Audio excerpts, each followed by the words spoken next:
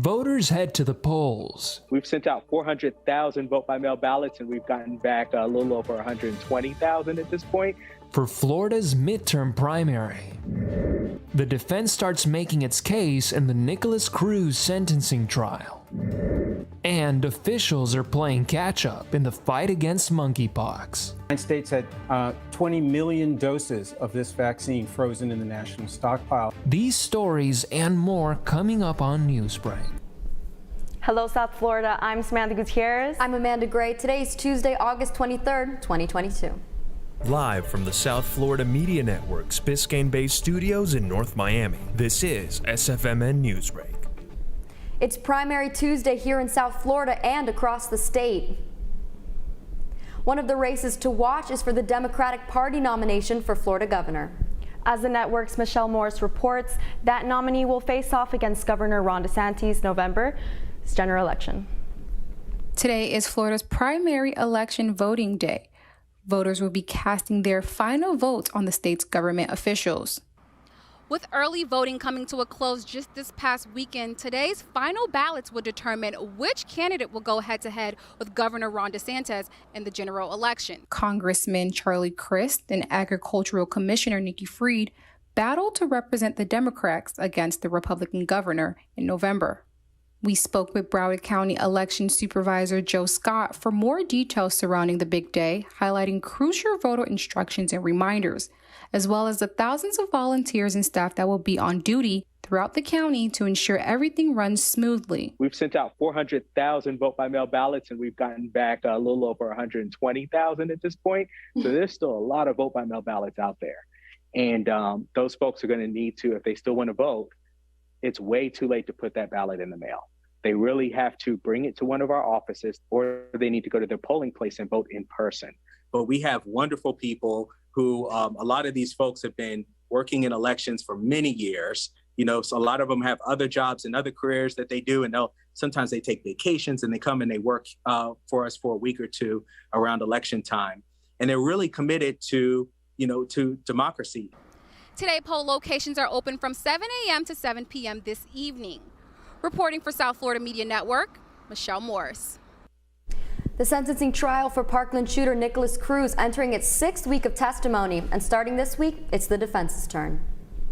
It was yesterday in Fort Lauderdale when Cruz's attorneys started presenting their case for life without parole as opposed to the death penalty. They stated details about the drug use of his birth mother and the death of his adoptive parents as the reasons for his mental health issues. Danielle Woodard, Cruz's biological half-sister and a convicted felon, testified of their biological mother's absence and addictions. Would it be accurate to say that you were exposed to drug abuse by your mother, Brenda Woodard? Yes, sir.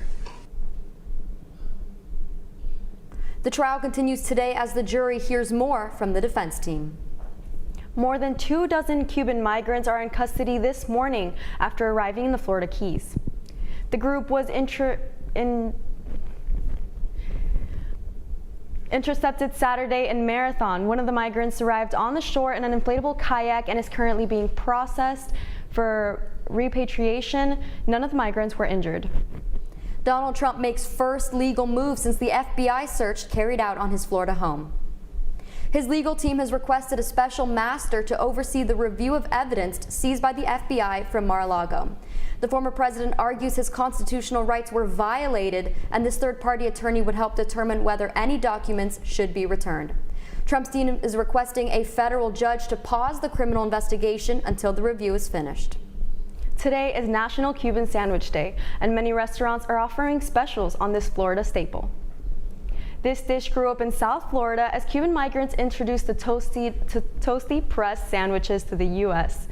And the Cuban sandwiches range in fillings. They most include pork, ham, Swiss, cheese, and pickles. The Marlins game out west ending after midnight our time. That's still ahead, and so is this story.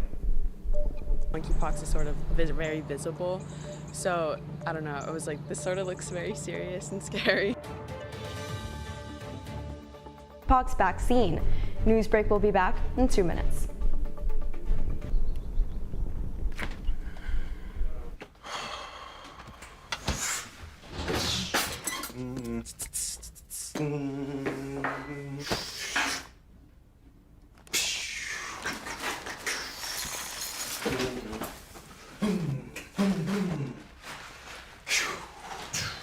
If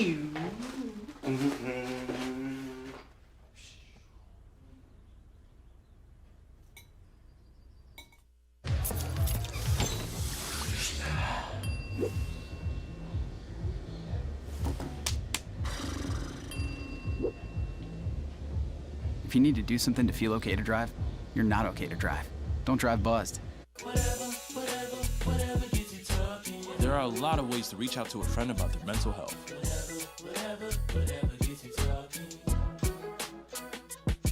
Learn how you can help at seizetheawkward.org. Bill is a family man. He invests his money wisely and provides a good life for his children.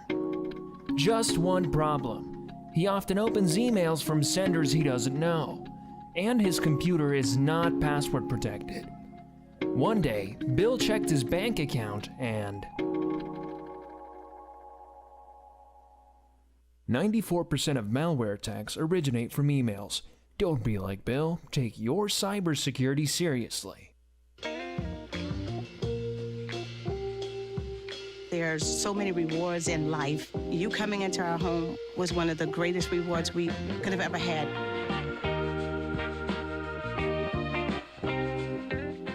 Hey, Bobo, do trees tell each other stories?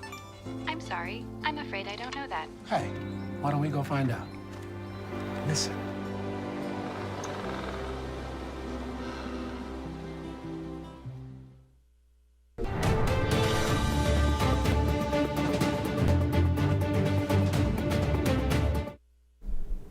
Supply of the monkeypox vaccine struggling to keep up with demand.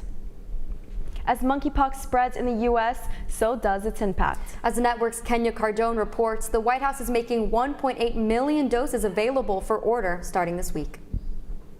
Those monkeypox cases continue to spread throughout the nation, but the White House says it has vaccination plans underway to try and stay ahead of the virus.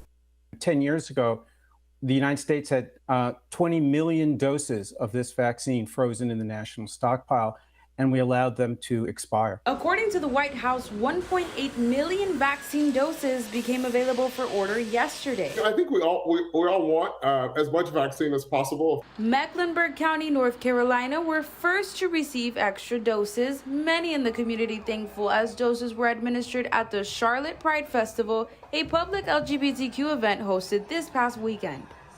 Especially that you can get it right now, you don't have to make an appointment. Made it very easy. As New York reports its first case in a minor, it's important to remember that anyone can contract monkeypox. Officials say parents don't need to worry about their kids getting the disease at school. College students, however, are growing in caution. A George Washington University student joined the nation's list of confirmed cases, leaving fellow students and parents alarmed. Now monkeypox is sort of very visible. So, I don't know, it was like, this sort of looks very serious and scary. According to the CDC, there are over 15,000 cases in the country, Florida accounting for over 1,500 of them, as Miami-Dade County and Broward County lead the state in number of cases. The White House states that about 1 million doses of vaccines have already been distributed, and there's an agreement in place to get over 5 million more vials. In the Control Center, Kenya Cardone, South Florida Media Network. Today, the Miami Marlins celebrating after their victory against Oakland Athletics. The Marlins haven't beaten the A's on a first-time trip since 2017 and have a rookie pitcher, Edward Cabrera, to thank for that. He hit 2 balls over 8 innings. The final score was 3-8, and they face Oakland Athletics again today at 9:40. That's all the time we have for Newsbreak. I'm Amanda Gray. I'm Samantha Gutierrez. Get more news anytime at sfmn.fiu.edu.